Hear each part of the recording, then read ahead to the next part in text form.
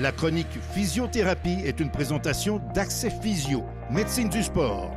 Ayez accès à la même qualité de soins que les athlètes de haut niveau. En compagnie de Stéphane Fournier, physiothérapeute et président d'Accès Physio. Stéphane, notre sujet d'actualité physiothérapique de cette semaine, les maux de poignet, d'avant-bras. Souvent, on a énormément de stress dans cette région du corps, juste avant l'impact et même après.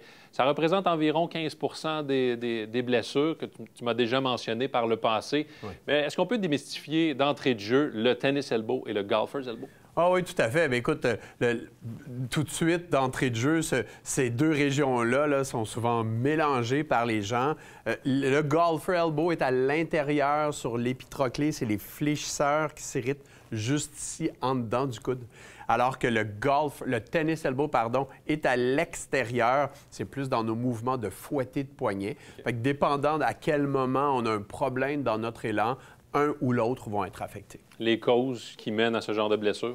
Bien, écoute, les coudes et le poignet en général, tu le sais mieux que moi au niveau technique, c'est tellement précis le geste de golf et c'est tellement à répétition, surtout à l'entraînement, que nous, les physiothérapeutes, ce qu'on va voir, c'est les gens qui frappent par terre trop fort, font des divots trop profonds, ont les mains qui ne sont pas devant les balles à l'adresse, devant le bâton, à l'adresse. Le bâton arrive à... Toutes sortes de petits vices techniques, ce qu'on dit être over the top. Tu sais, dans l'élan, quand on est dans notre ligne à l'avant plutôt qu'à l'arrière, on n'aura pas le choix de terminer en aile de poulet, en chicken wing, comme on dit. Ouais. Qu'est-ce qui va frapper les poignets et le coude?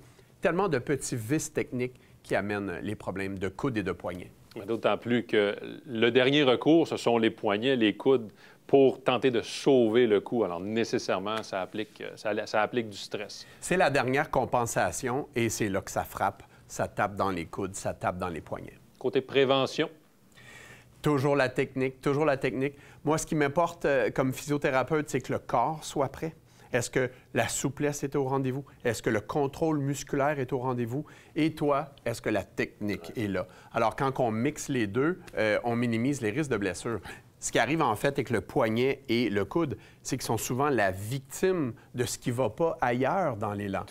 Pour moi, l'omoplate doit être contrôlée, la torsion lombaire, la mobilité du bassin, ça va jusque-là être capable d'arriver à la balle sans que les coudes et les poignets compensent.